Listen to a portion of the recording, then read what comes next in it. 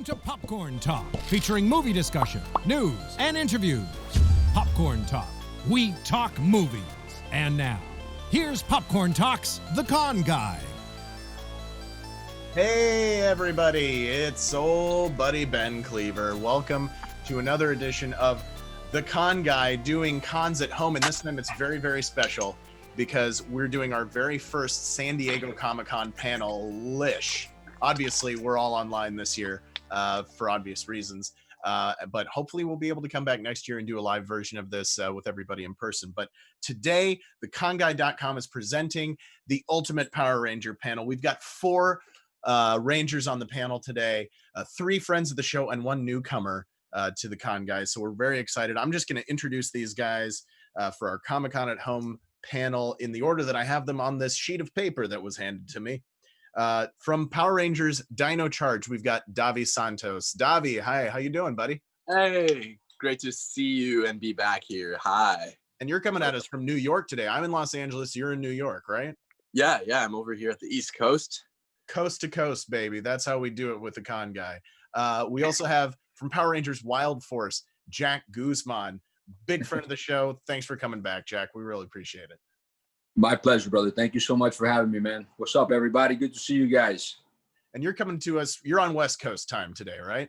Yeah, man. I'm in LA right now. All right, sounds good. Just down the street. We also have from Power Rangers Ninja Steel, William Shewfelt. Welcome, William. Good to see you again. Hey, good to see you, man. Good to see everyone watching. And you're down in Orange County right now, right?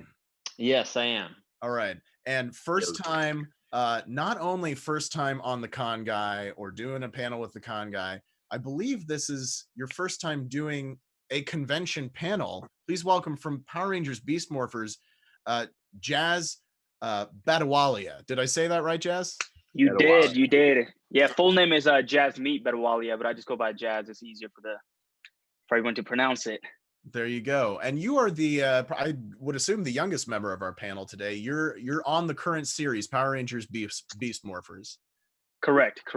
And am I correct in saying this is the first time you're appearing in any kind of convention capacity, correct? Correct.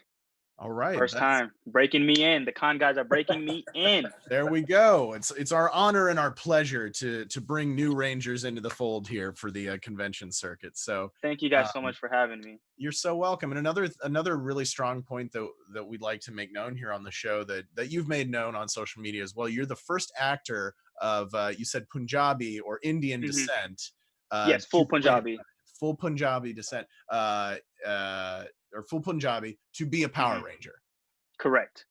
That's awesome. That's amazing. And I think one great thing about Power Rangers from the beginning has always been kind of an incorporation of different people of different races, of different cultures, of different languages, sometimes even that has brought us together. And I think that's so important for, especially a show that's aimed at kids and educating kids and in morals and the difference between right and wrong and that sort of thing. So definitely. Yeah. All right, so I'm going to see, we do have some questions from fans that have been posed to us online. So let's just go ahead and jump into some of those right off the bat. You guys cool with that? Let's do it. All right, awesome. So it looks like we've got Andy DV27. I hope I'm reading that correctly. He says, hello, this question is for Jazz. Jazz, first of all, hi, he says, hey. He or she. My question is, what made you want to audition to become a Power Ranger, and how has it made an impact on you? I think just like as an actor, so you get auditions, you get excited for some projects more than the others. So when I saw Power Rangers across my email, I was like, whoa, like this is, what I grew up watching. This is older than me. So I was like super excited, super pumped. Went and did the audition. It was a super long process, but totally worth it. And I think the one thing that I love about just the whole Power Rangers community is the fandom and how loyal some of the fans are, whether it's 10-year-olds all the way to 40-year-olds to 30-year-olds to 20-year-olds, such a huge age range. And that's what I love about being a Power Ranger, and to inspire and like going and see Make-A-Wish kids, going and inspiring Punjabi kids, or like people in India, like inspiring that you can become anything you want, the first Indian superhero basically in a TV show. And so far it's been amazing. It's been such a big ride. and full of emotions. But overall, I am super, super ecstatic to be a Power Ranger and super proud. That's awesome. Let's kind of extend that question as a topic of discussion for the rest of you, because I know Jack's audition story for Power Rangers is one of my favorites, because you grew up in an era before Power Rangers existed, correct? Yes, sir, for sure. And so I just love that kind of dichotomy, because Jazz grows up in an era where Power Rangers has always existed since before he's born. Exactly. Jack shows up to audition for Wild Force, and can you recant a little bit about that story, because it's still one of my favorites? Recap. Well, I will. I mean, I know what you're trying to get at it, but hold on, because I think it's very important what Jazz is saying, man. That's something it's the same thing. And me being the oldest, that I say, man, our fans are incredible. You know, we're still talking about shows that we did so long ago and all of that. But also for myself, I know what he's feeling, because I believe I was the first full-blown 100% Colombian that, you know, was a Power Ranger. So that for me as a Latino, as the whole thing that's going on, you know, to bring people together was amazing, man. So very cool that he's reached out on that end and continues that legacy of just us continue to grow, man. For people, you know, we're from everywhere. We come together, and the fans also from everywhere. And now getting back to the audition, which is what you want to hear, for me, that's actually even better. What you said. It's just that, you know, for me, it was a little different. Same thing as Jazz, though. I went a couple of times, but you know, for me, I never wanted to. This wasn't a dream of mine to be a Power Ranger or an actor. So I kind of just fell into it. And when I booked it, they asked Jonathan and other people that were in the room, they asked me, you know, basically, hey, so have you seen the show? And I was like, yeah, you know, I think I saw an episode, bro, but I don't really like it. You know, it's not my type of show. And they were like, what? And then, so I obviously thought I had messed up, and I was like, man, why did I say that? But yeah, and then the next morning, man, thank God I got called, and they were like, hey, hurry up to Santa Clarita. You're going to get fitted for, you know, your Power Ranger suit, and they're going to give you 3 scripts, and we start shooting on Monday. And it was Friday morning. I was like, wow, I'm going from an extra to a series regular. I might get fired this first week, bro. But it was cool, man. You know, seriously, for that first week, every time the director said cut, man, I just thought they were going to go, hey, Jack, come here, man. Thanks for trying, brother, but this is not going to work. So it was stressful, man. It was stressful, bro, but fun. Like you said, it made everything worth it. And for me, it was a university of acting. It was my college. I had never taken acting classes. I learned a lot on Power Rangers, man. It's amazing. And you still shot here in the States. Jazz, did you shoot in New Zealand, or did you move back to the States? Okay, you shot back in New Zealand. And Davi and William, you guys also shot in New Zealand as well, correct? Absolutely. Yep. Good old Auckland town. Nice. Kia ora. That's one. That's one thing we've noticed with a lot of the Rangers we've had on, because I think they moved production there around 2010-ish. Does that sound about right? No, they moved it in 2002, 2003, right after our show. Wow. I'm a doofus. You know what? And I knew that because we talked about that last time. We were the last show that was here. Yeah, that's right. Oh, I'm a doofus. Anyway, so they've been shooting for close to 20 years in New Zealand. So that's something that a lot of the Rangers have in common. And does Davi, can you talk to the audition process and how you get from, did you audition in New York or California? I was in Cali. So how do you get from auditioning for Power Rangers in California to filming Power Rangers in New Zealand? Well, they chose the location, as you said, 20 years. So I just followed the arrows. I was totally down for it. You know, I love traveling so much. So the idea of shooting away, I mean, props, there's so many advantages to shooting just a little bit north of LA like you, Jack. But the idea of getting to shoot abroad for me was like even augmented the experience, you know? So I was all about it. I wanted to go, bro. I wanted to go. By the way, Jack, thanks for being on the show. Your run is over, and we're moving to New Zealand next year. Talking about New Zealand now. Sorry. William, what about you? What about your experience auditioning and getting onto the show and going to New Zealand? It was thrilling. So I was like, I've told this story a couple times before, but I was basically in the last year of this economics degree that I did not enjoy, and I didn't want to go through with that. And this was kind of like a last ditch effort to change my life. So I really wanted to get into acting, and my goal was, if I could book like a major role before I graduate, I'm set, like I'm good, and I could just ride that wave from there. So thank God Power Rangers came along at the right time. And I remember my agent asking me like, okay, well, you're still doing this degree. Would you be able to go to New Zealand for 8 months? And I was like, hell yeah, you just send me there. I'm good. I'm going there. Hold on. Ladies and gentlemen, we just had a drop-in, a party crasher, if you will. Claire Blackwelder has just popped in to the panel. What's up, Claire? Hey, Claire. Claire, where are you What's coming? going Where are you coming to us from today? I am in Seattle right now. I'm just walking down the street. Nice. Yeah, sort of been hopping all over the country lately. Little influx at the moment, so I'm in Seattle right now.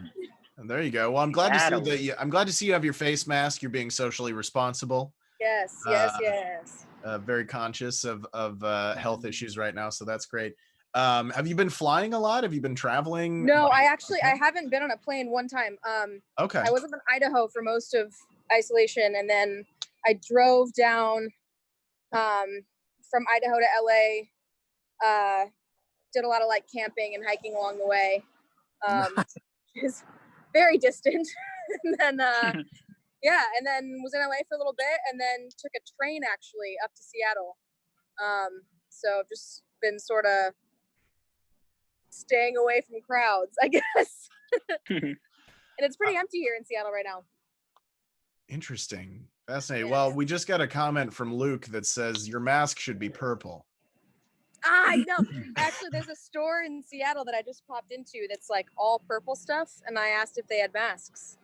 So did not, unfortunately, which I think is a little odd, but Yeah, who doesn't have masks nowadays? Who isn't capitalizing on that? yeah.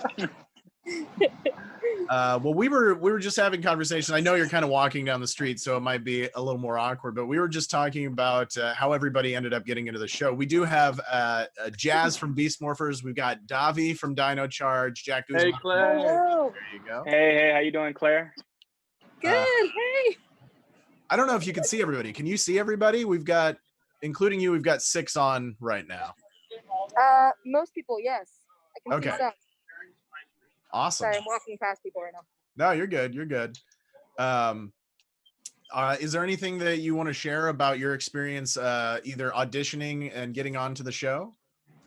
I mean, I remember it being a very full room of people, and walking in and being absolutely terrified because I was like, oh my God, come on.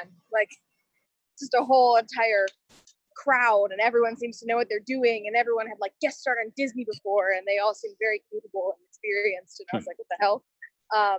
But you know, everyone who was in the room made it a very enjoyable experience. I remember thinking like, doesn't matter if I get on the show, doesn't matter who it's going to be with, they're going to be awesome regardless. You know, Power Rangers is good at collecting a group of people that are pretty rad and pretty kind, and it was kind of just like a hang. So I remember just being really excited. Yeah. That's awesome. Oh, Claire, no. That car. Oh, What? geez. Did you get honked at? It sounds No, like. that was not me. That was way behind me. Oh, okay. That was We a thought- bus letting everyone know they're about to go. Anyway, Oh. sorry, go on. We thought you almost died live on the air. That would have been And horrifying. in a tragic turn of events. I was see the I was headlines getting now. ready to scream more. Exactly. Dino Charge power. Oh yes. That is one interesting thing. The Morphin stance, or the action that you do, was different for each series, but it seemed to become more and more elaborate with each season. Can any of you talk to like, how is it like did somebody come up with it on the fly? Did they have it prepared for you when you arrived and they're like, here's what you're going to do every single time you morph into a Power Ranger? Or how did you find that experience to be, learning how to do the whole song and dance number before you morph into a Power Ranger?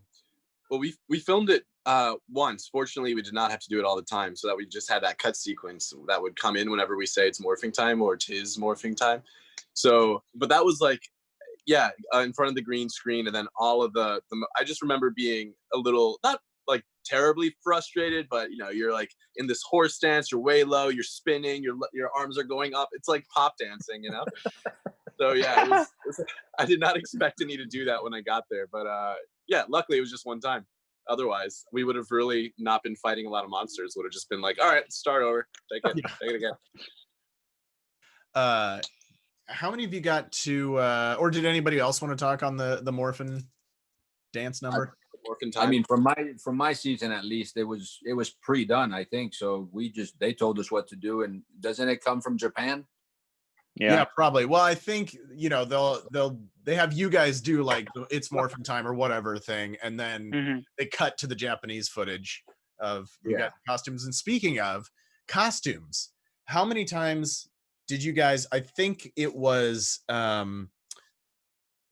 Abraham Rodriguez that said he only put on the costume like once or twice, maybe. And Jazz, you're from that season. How many times were you able to put on the costume? I think realistically, we only put it on, I would say 3 or 4 times. Okay. Yeah, 3 or 4 times. Did you put the helmet on and everything, or were those just for scenes where you're actually putting the helmet on your head? Or yeah, so basically they would just have us put on the helmet if it was gonna be like a hero shot, like a super close up on us, or we just demorphed, or we have a helmet in our hand. But we would never actually put the helmet on. Not that I remember. I don't think we ever put the helmet on. We would just put it in front of us, and we would bring it down, and then it was just like CGI, and then we would cut to the Power Ranger. Right. Or when we would demorph, we would just have our helmet right in front of our faces, and we would just like lift it up, and they'll just do all that movie magic and make it look like that we actually took it off. But even the suits were super stiff. Our suits, because they had like different stunt suits. Right. So like even sitting down on our cast chairs, it was like you fall into your chair, and your boots and everything. You got to run. Your boots are super stiff. I mean, that's why it looks so nice when they do close-ups on us, like when we're demorphed.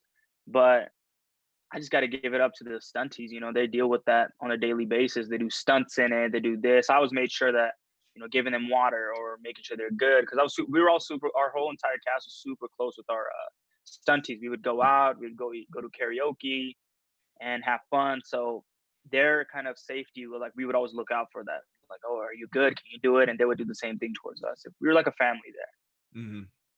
Yeah. Then that seems to be the theme that I keep hearing from all the different Power Rangers that we've interviewed over the last couple of years, is just this theme of family and how everybody loves working with the cast and the crew, and the same crew is there for several seasons. So you have several different casts of Rangers that all got to know a lot of the same crew.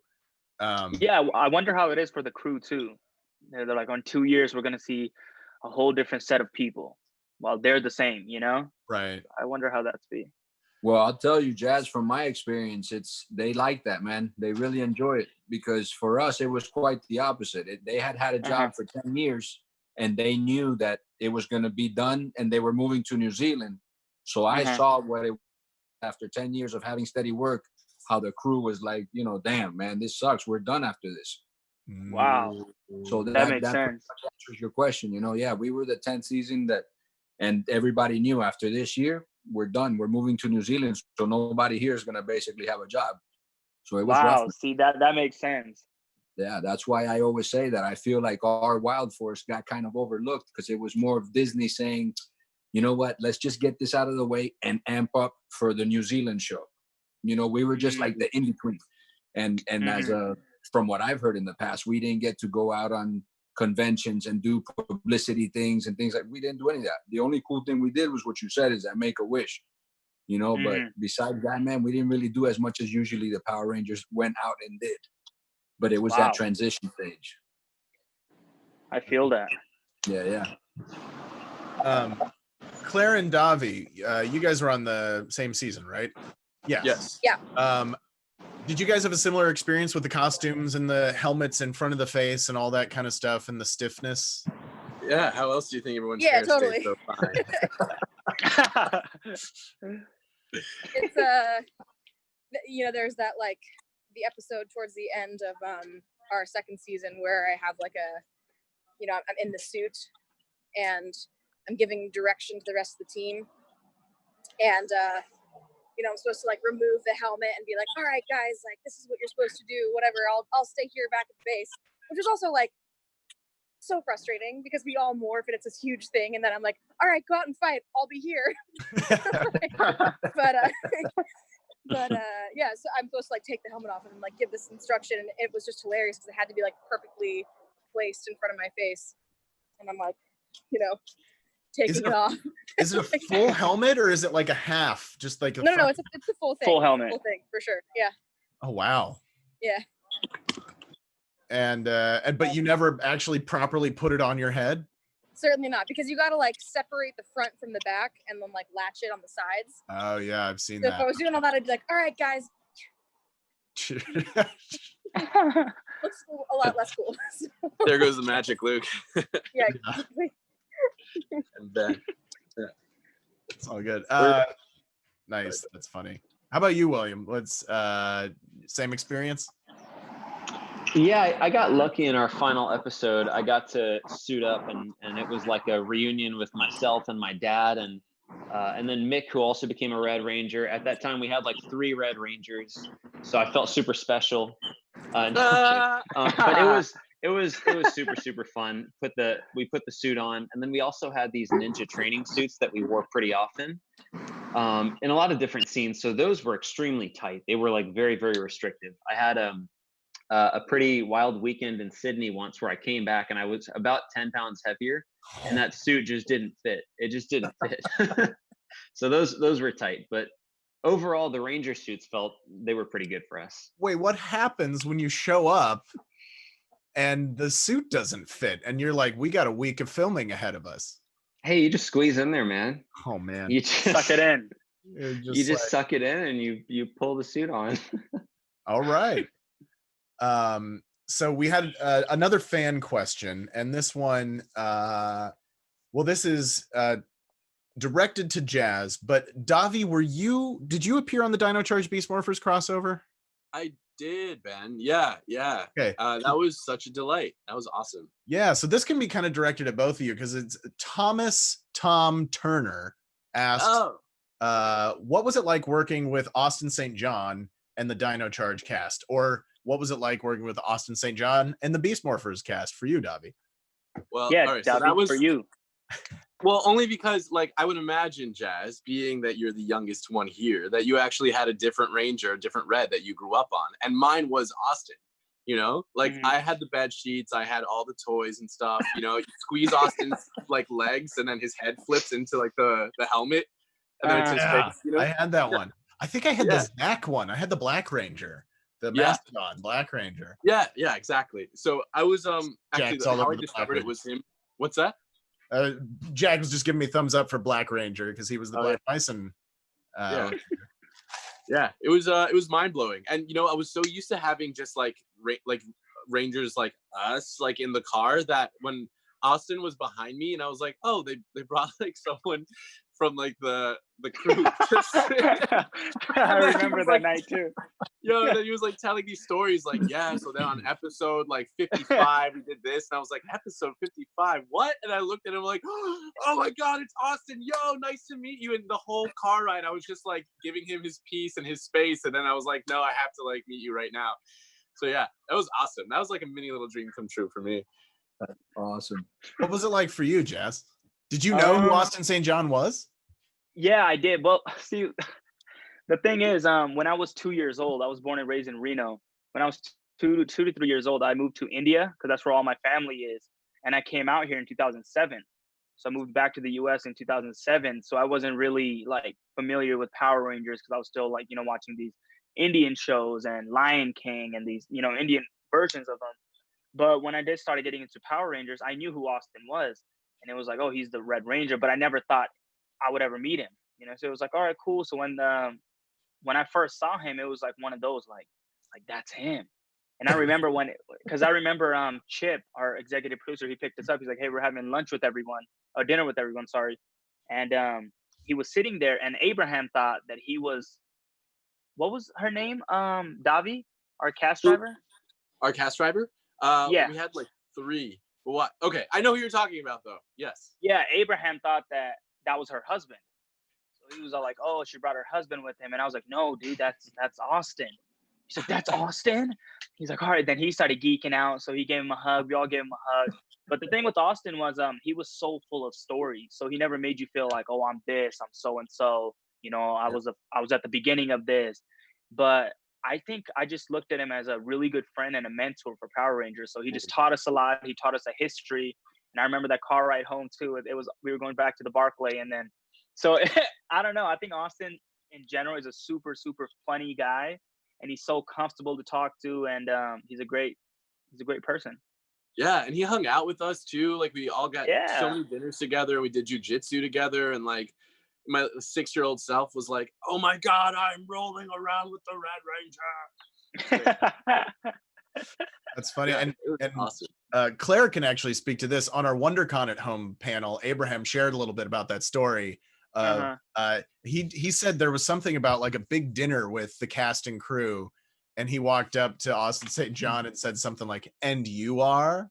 It's like I think that's what he said, because in his head he thought that was her husband, and he's like, "Oh, and you are, like, what's your name?" He's like, "I'm Austin." Oh man. Oh. Everyone wanted to sit next to him. Like, hey Austin, hey Austin. No, it was cool. Claire, did you ever do any crossover with any former Rangers? I don't recall. I did not. Yeah, no, they've never asked me back. So That's the kind of impression you made? A little curious why that is, but they're lost. They're lost. Yeah. Yeah, no, I've never been back. You know, You're a brilliant was the most scientist. well behaved in that the entire scientist, series. the 7th Ranger. Like, it's not common for my kind of character to be asked back, so I'm not surprised. But yeah, no, I've never been back. I'd love to go back, but you know, we'll see. Well, you're a brilliant scientist. I'm sure that they'll bring the character back at some point in the future. At some point. Jack, did you ever do any crossovers with other Rangers? We did it with Time Force the season before us. Yes, Time Force and Wild Force crossover. That, of course, I recall now as we're talking about it. How did that work for you? How was that?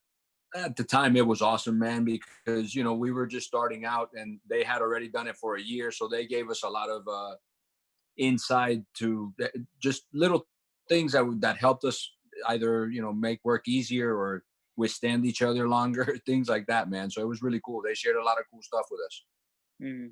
That's awesome. William, did you do crossovers? Yeah, so we had our Dimensions in Danger episode where they brought back JDF, they brought back Catherine Sutherland, brought back who else was there? Jason Font was there, a bunch of other Rangers. So that was super fun for us. Our cast was very tight knit and extremely crazy. I think most Power Ranger casts are like that. We talk about family, but it's like crazy. But yeah, we had a really, really good time getting to know them. Growing up, I was very familiar with Power Rangers. I was in martial arts since I was like a little kid, so I always knew about Power Rangers. But the truth was, I was like a WWF kid. Like that was my thing. So later on, like I had to go back and like watch, Mighty Morphin and kind of get acclimated. So when they came, I definitely knew who they all were, and it was exciting to work with them. That's awesome. Hey, I'm going to jump in real quick and just say, Claire, you're walking down the street, you're trying to keep your mask on. It's a little awkward for you. Oh, you're on mute. You're on mute. Sorry, I was saying I'm entering a slightly more populated area, so I feel like I should probably check this on and be a little safe. Well, I was gonna say you can go ahead and go about your day, but thank you so much for joining us. We're getting close to the end of the panel, so I wanted to let you go because you're holding your phone and it's all that jazz. Thanks for letting me crash for a second. Hope everyone's safe and happy and healthy. Happy Juneteenth. Happy Freedom Day. Happy Juneteenth. Yeah. Happy Juneteenth. Claire. Yeah. All right, bye guys. Bye, Claire. Thanks. See you, Claire. Dear Claire. Of course. Claire. Claire. Awesome. That was awesome. I do want to shout out real quick to our producer Ryan today. He's helping put all of this together today. Ryan, how much time do we have left for the panel? Hey y'all, we have about 5 minutes. So any of these final questions, we should start kind of putting them in. All right, I'm gonna kind of parse through.